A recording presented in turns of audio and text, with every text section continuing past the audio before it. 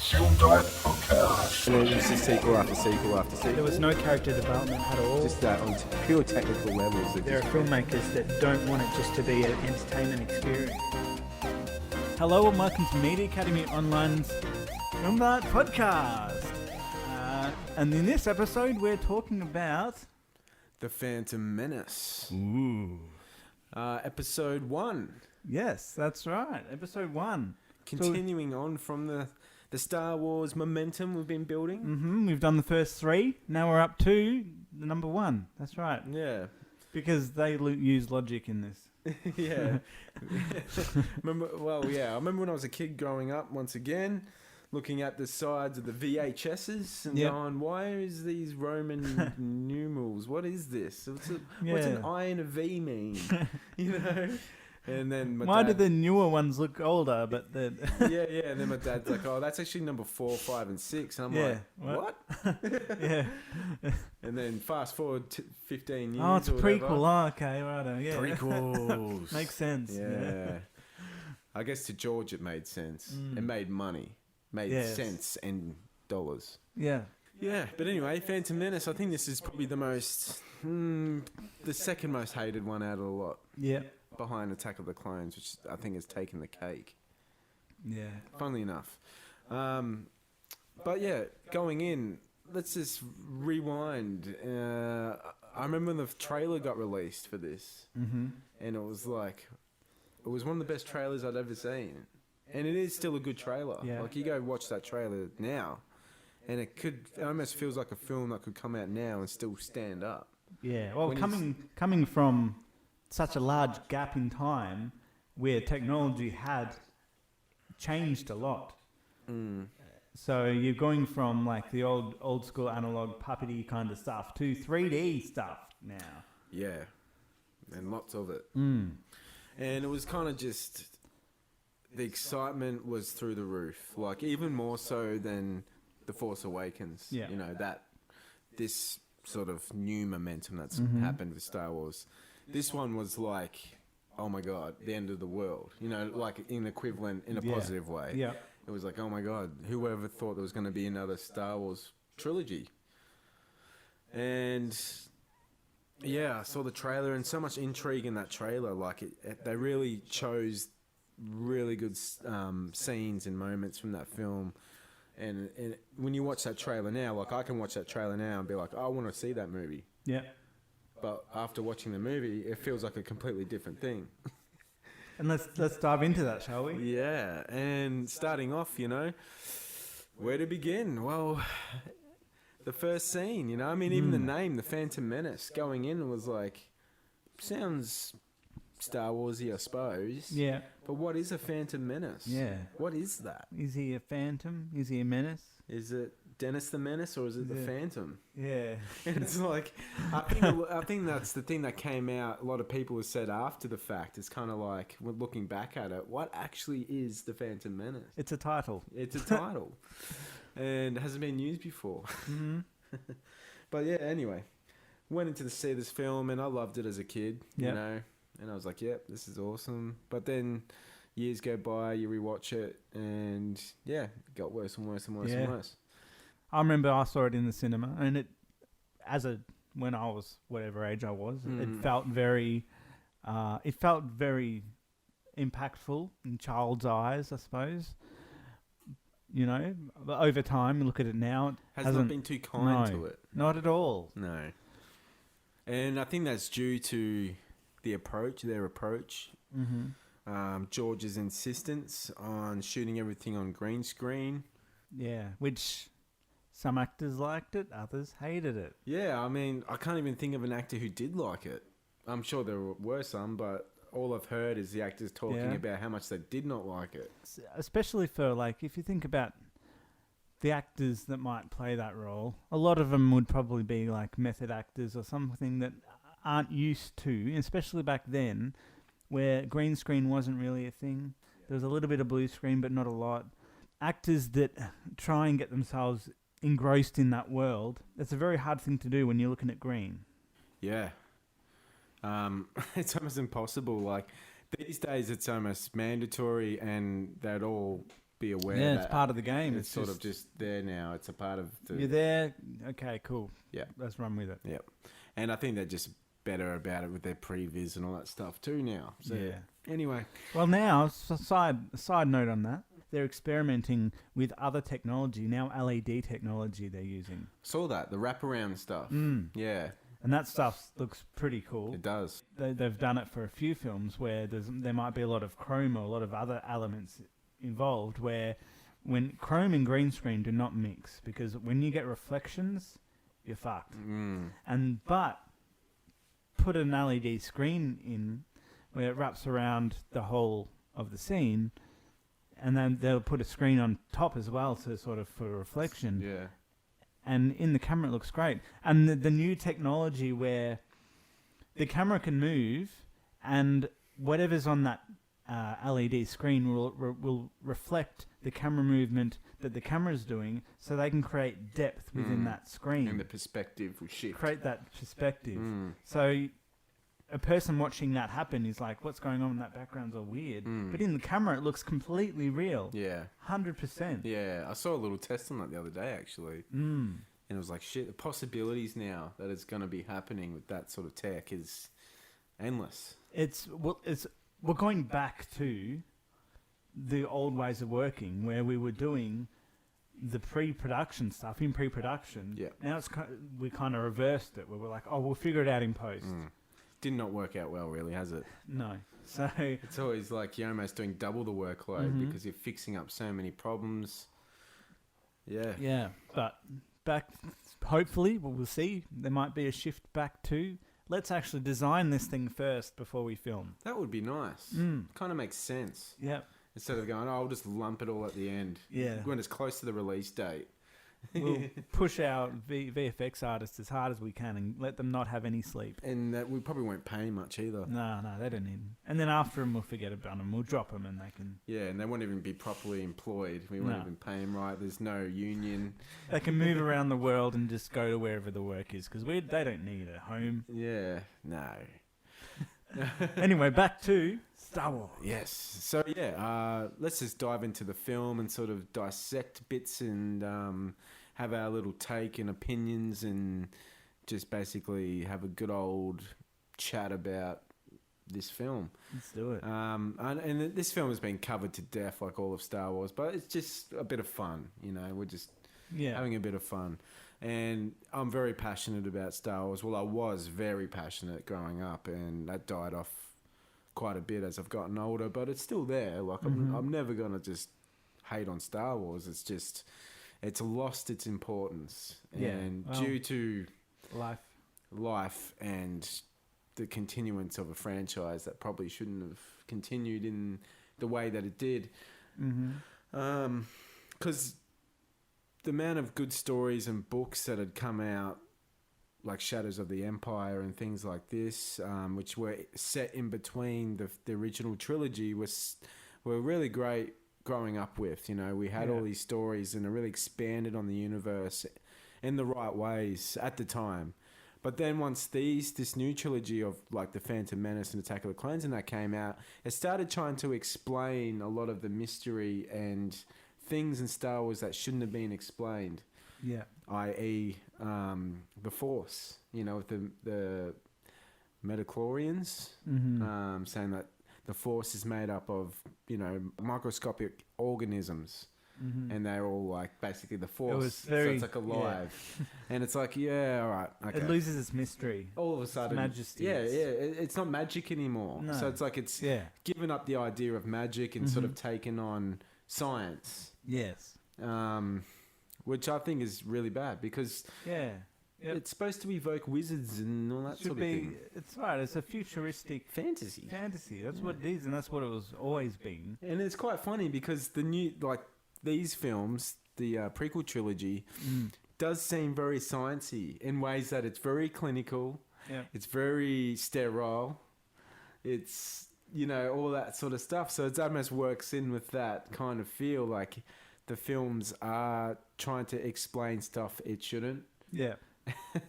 Anyway, it's just interesting to me because I found like the less you explain something, the more interesting it is. the more you explain something, the more explaining you got to do on top of that. Okay, the midichlorians, and then you got another 10 questions after that, you know? Yeah. And it's just weird how they kind of George wrote himself into these corners, and he didn't have to. No, it's very interesting because I understand you want to expand on the universe. You have to pick what you want to expand on. Yeah, and I feel like he had like there's a lot of good ideas here. There's a lot of good ideas in there, but at the same time, there's just as many bad ones, if not more, and it definitely outweighs the good. And George, you know, from watching the documentaries and stuff like that over the years, he is not really. He's an ideas man, but he's not a script writer.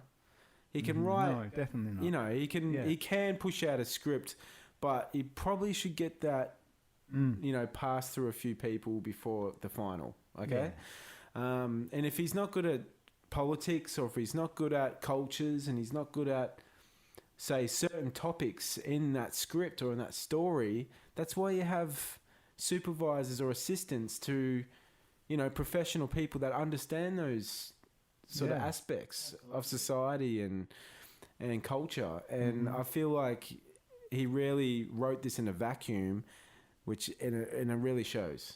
Yeah, it really shows. And for a world, for a universe that's expansive, and for something so huge in the geek zeitgeist, or the fandom is so huge for this franchise, why wouldn't he sort of consider pulling in some of the people that had worked on Star Wars over the years, you know, the book writers or whoever, to sort of have a team of people to create the best story he could. But he kind of just pushed out these half-baked scripts. Yeah, well, he's a victim of his own success, really, because he's so big, no one can touch him. The ego thing. And, but that's the issue. No one can touch him. He does what he wants. It's like, these are my babies. I'm in control. I'm not letting that go. Yeah. And he had a bunch of yes men around him, as everyone's documented. And look, this is what happened, basically.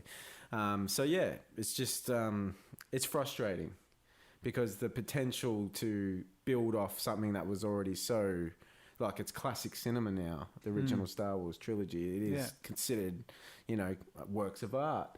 But then you get these three, and it's almost like the opposite. And it's just such a counterbalance. It's frustrating. Well, let's begin, shall we? Let's begin the story. Movie opens with a text crawl like all the previous ones, and it starts talking about taxation routes and all this boring jargon that kids wouldn't even be able to understand what the word means. This is the first thing that really pissed off fans, was just the beginning of this. And it's like, what? We're jumping in here about this? What's this got to do with any... Why should I care about this stuff? This is unimportant. I don't want to know about this. It's hard enough hearing about this in real life. I don't want to hear about this in fucking Star Wars. You know? Just show me some cool stuff. Don't try and over-politicize. They should have simplified the message. I understand they've got it for tradition. You just need something simple, explaining where they are, what's going on in this movie. Let's get into it. Yeah. And it probably would have been better if they didn't have such a big text crawl anyway. They could have just done something new. Yeah. I know they wanted to have that, you know, the poetry, that rhymes thing that he always says. Like, he wanted them all to be similar and have the same, you know, the way they're all... Essence. Yeah, the same thing. Yeah. But I feel like that template just doesn't quite work with these ones. You know, could have just jumped straight into it. And they did that with Rogue One, because it's a single film. They didn't need the text crawl. Yeah. Anyway, I just felt like they threw up a bunch of text and it was all boring. You know, you're falling asleep by the time that text crawl was, you know, finishing. And anyway, so yeah, movie starts. Ship flies towards this interesting designed space base, or whatever you want to call it. It's like a sphere with another long thing around it, and it kind of looks like Saturn or something. And it's kind of just, it's a cool design. There's a lot of cool designs in this, in these films. And Doug Chiang is, I think, one of the main concept artists for this prequel trilogy, and he is just a brilliant artist. Like his work is just, you know, awesome. It's unfortunate, and the films don't do it justice. But anyway, they fly into this ship and we're introduced to Obi-Wan Kenobi and Qui-Gon Jinn, Liam Neeson and Ewan McGregor. Yeah. And two awesome actors. And they're perfect to be in Star Wars too. It's like...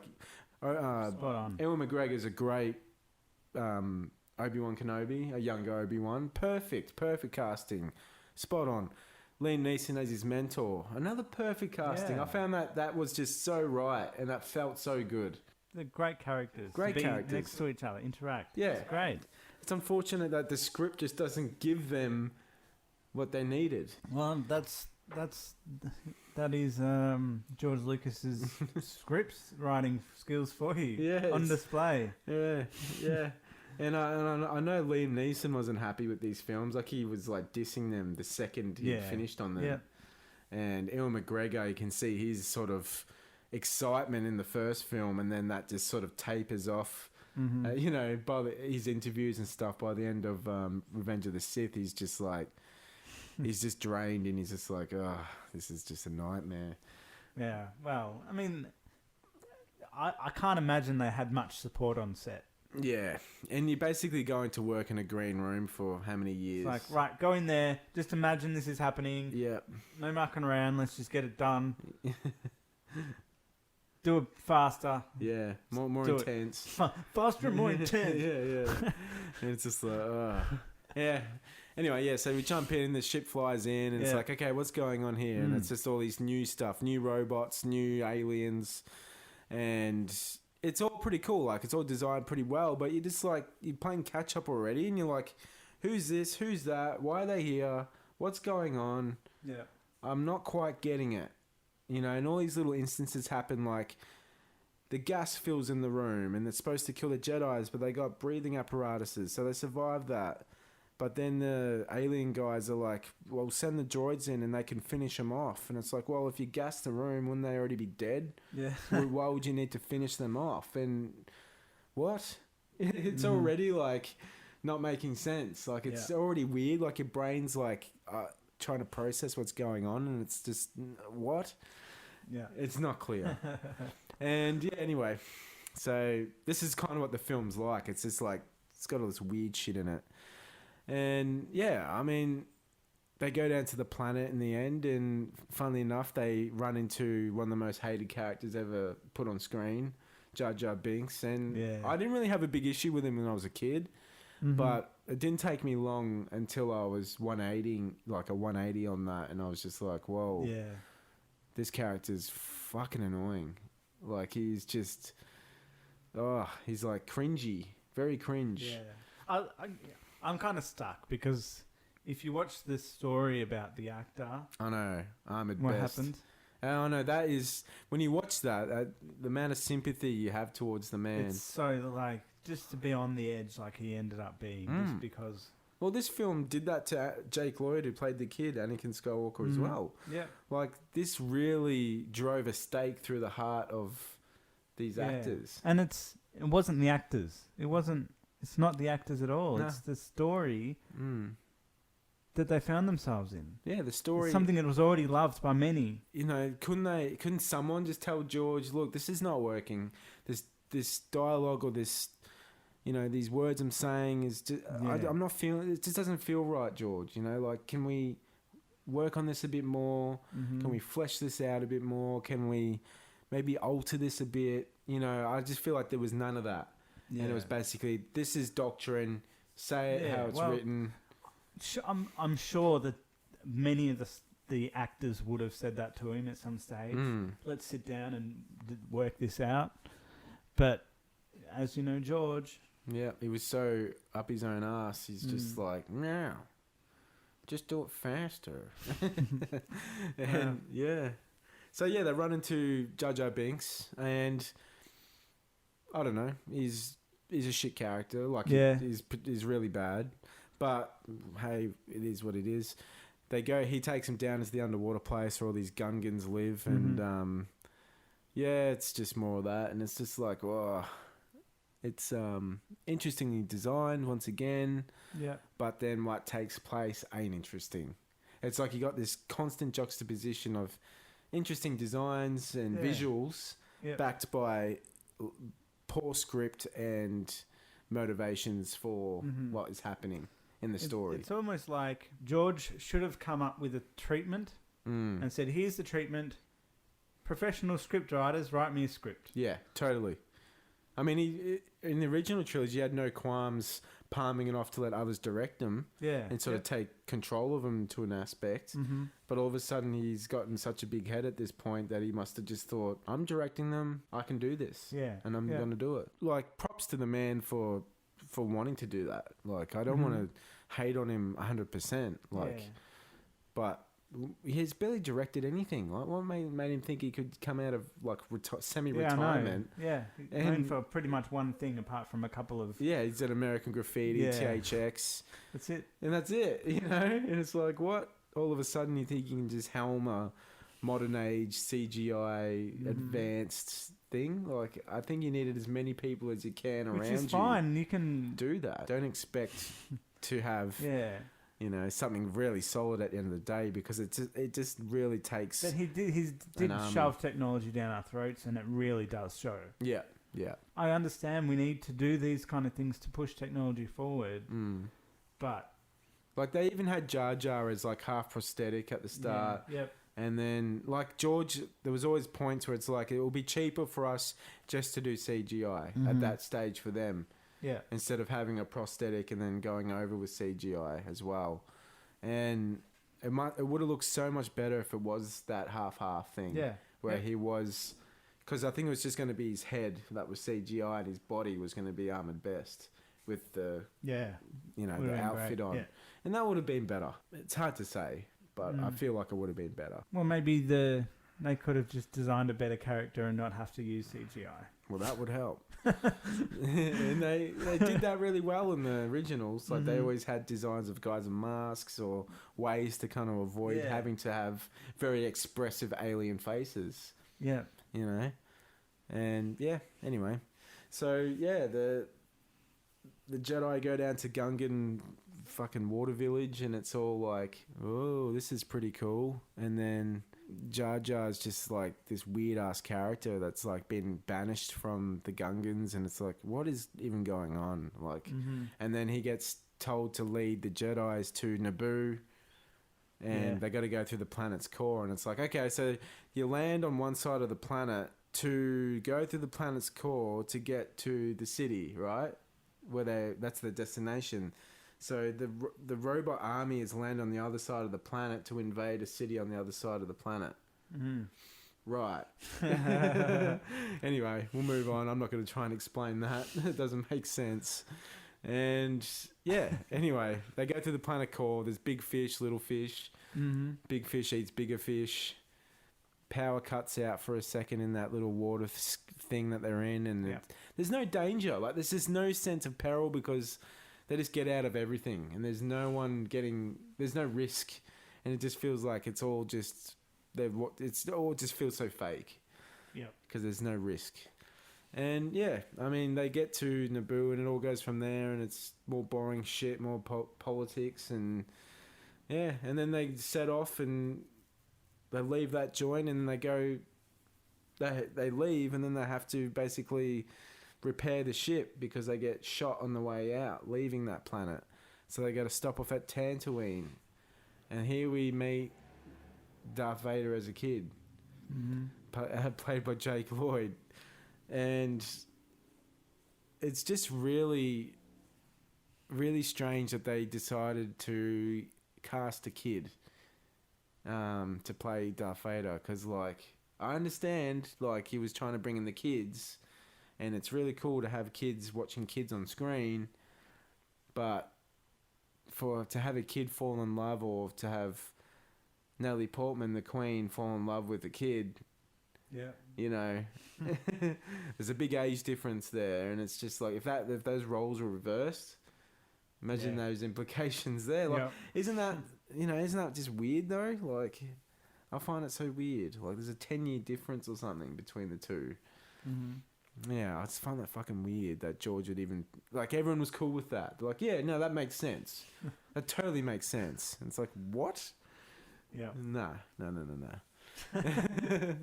Anyway, so he's a slave and all that sort of shit. And needs to be freed. Basically, he's got this, he's got the Force, So Qui-Gon and Obi-Wan Qui-Gon wants to free him, to take him to the council, to get him trained, to become a Jedi Knight, la-di-da-di-da.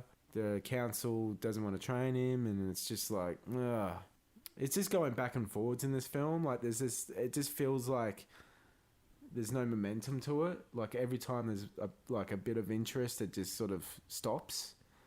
Yeah. And then the whole film basically stops for that pod race, which is probably the most interesting bit in the whole fucking movie, which has no real narrative reason the story forward. Like, it's only there to be spectacle, and it's a great spectacle, but they could have infused that into the film better instead of just it being a deal to free Anakin. Well, I think there was a lot of stuff in this film that was there to be spectacle, if not the whole thing.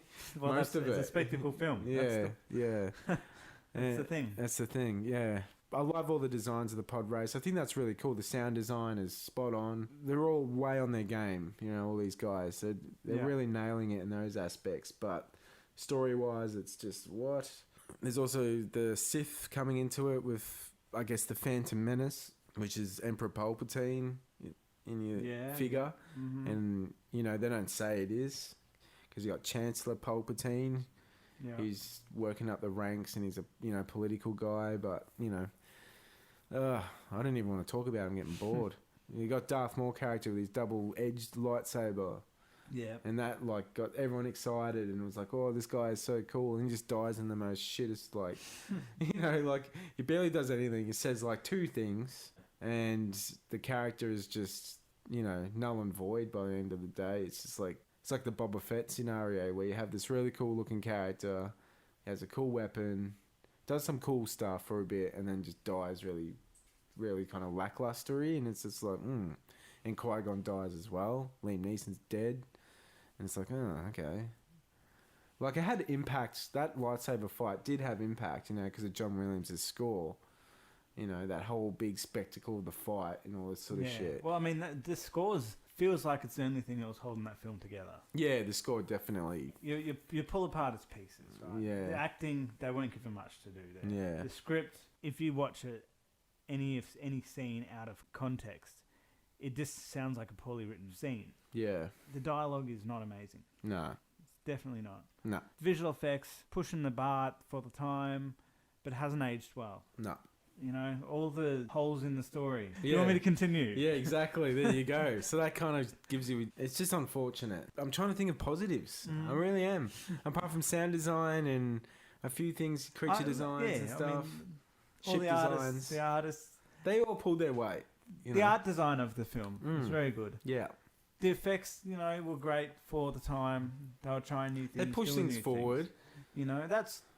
That's one thing you can say about this film is that it's pushing barriers. So I always get conflicted with this thing because I want to see them pushing barriers at the expense of hindering the story. If the technology can't disappear, I don't want to see it. Yeah. If it's there to show, oh, look how great we are, I don't want to see it. And that's my biggest problem with anything. Even today with a leader, other films like that. Anything that's trying to be showy, I don't care. Yeah. I want it to disappear, please. Yeah. And if it can't disappear, then it needs to be in a way that we accept it for what it is. Yeah. Seeing spectacle just shuts my brain off. My brain goes to sleep. With any film, because you're just more of the same. Yeah. Yeah. Show me some interesting characters. Yeah, let's develop some characters. Yeah, make me like some characters. Make me hate some characters. Make me... conflicted about characters. Yeah, all that sort of drama. Let's challenge our views. Yeah, and I feel like the way this story had been written, like the Jedi way and all these sorts of things, it's just so black and white, as it's been sort of spoken a lot now with grey Jedis and all this sort of stuff. But life is grey. There is no white and black. There is no positive and negative, really. I mean, everyone's kind of in the middle of these two things, and that's where drama-wise is in that, in that sort of zone, and it's just, it's just not really noticeable in this film. And you got like your evil characters and your good characters, but who's in between? And the films that really stick by me, there's two films in particular that I can think about, and both of them work on characters. And that's why it's a shame to see films like this. So the films that stand out for me is Gone Girl and Shutter Island. They're two really good fucking picks right there. And those films messed with my mind. I could not sleep that night. Nice. I love Gone Girl and Shutter Island. So, yeah. Imagine Star Wars now with twists and characters like that. I know. Yeah, I know. That's the level of drama that they could have behind their characters. Like the conflict of all of that stuff, you know, the dramedy, you know, it's just, it could be so potent. And they're doing some big shit. Let's see an emperor who might be forced to blow up a world but doesn't want to because let's play with characters, people in charge who have to do things they don't want to do, but they know they have to do it. Yeah. Yeah. And it's like going in to fight a war, you know, half these, you know, these films always end up with a big battle, but it just feels like there's no consequences to a big battle. Like, there's a lot of people going to be dying. You know, there's all that sort of stuff, but it just doesn't feel like they really revel in the idea of war. Like, it's called Star Wars. Yeah. But they don't really revel in that. You know, Rogue One did, where they kind of made it a war film, but these films, I guess, are so kiddie at times. It's just, it's a weird fine line. I think they're trying to play it safe. They were trying to play it safe. But wars are messy, and let's get messy. Yeah, pretty much. What else can we talk about this film that hasn't already been discussed? There's not much we can add. We can go through the story, but I mean, it's all focused on that race at the... Exactly. You get the race, and then... It looked cool. Yeah, and then Anakin's not going to get trained, and then he is, and then he isn't, and then he is. And then you got the big boring battle at the end as well. Yep. Gungans versus robots, CGI on CGI, and it's just like, what am I watching? Yeah. I'm watching a fucking video game. Yep. And it feels like it. So fuck you, George.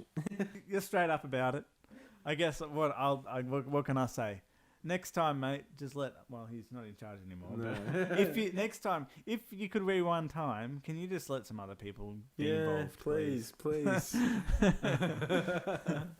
Yeah. Anyway, now Disney's in charge, but that's another story. Yeah, it's another story. I mean, just wrapping it up now, because we're not going to go through the story, because it's just boring to talk about. Stuff happens. Yeah, stuff happens. Star Warsy stuff happens, and kiddie stuff happens, and finish. And the end. The end. On to Attack of the Clones, even worse. Fuck, are we going to get through this? Prepare yourself. Yeah, prepare yourself. But yeah, I guess one positive in this whole film, nothing. Had some good actors in it. Some good actors, that like didn't get to perform the way they... Liam Neeson. Once again, fucking Ewan McGregor. You got Natalie Portman. You got... All characters that do such great drama roles. Put them in anything else and they're generally pretty good. All of a sudden they're in this and it's like, it's painful. Anyway, I mean, Star Warsy. The end. The end. Anyway, I guess we'll wrap it up then. Yes, thanks for listening, and next time we'll talk about Attack of the Clones, which will not be as exciting or fun. Or as long, probably. Yeah. Unless we get carried away. Yeah, we'll see. Anyway, adios.